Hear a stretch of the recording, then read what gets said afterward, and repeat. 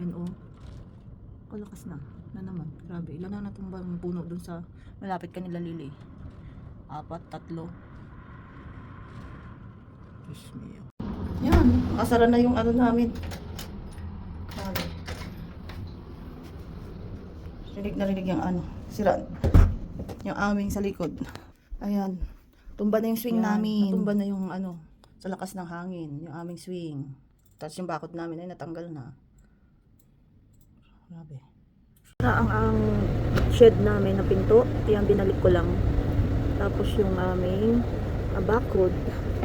Tsaka yan. Tumalsik na yung ibang ano. Ay, sira na yung ano ng aking kapitbahay. Oh, ayun. Lumalakas pa.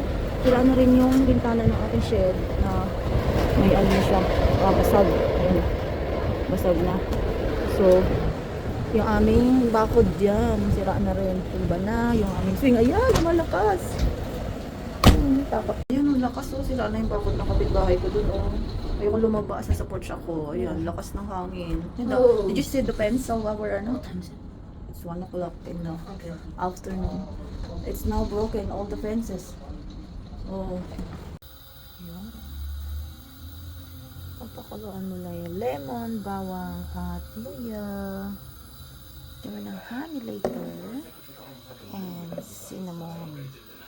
Cinnamon stick or cinnamon powder.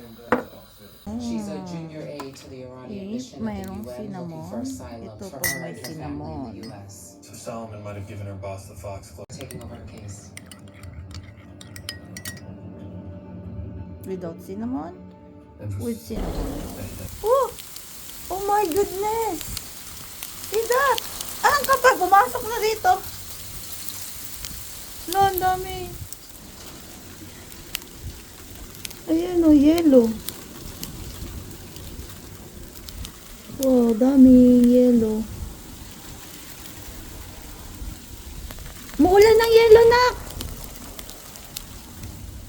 Dami. Ang kapal ng snow, daddy. Oh. Tingnan, lapit ako. Wow, ang kapal. Ang lakas. Oh, naayos na kahit paano ni kuya. Bakod namin ay tukod na lang muna. Wala pang pambili. At hindi makalabas. Yan. Ang kapal. Pabasa na ulo ko. Maglalaro na si Lucky dito mamaya pag nalaman niya. Grabe. Ang bilis.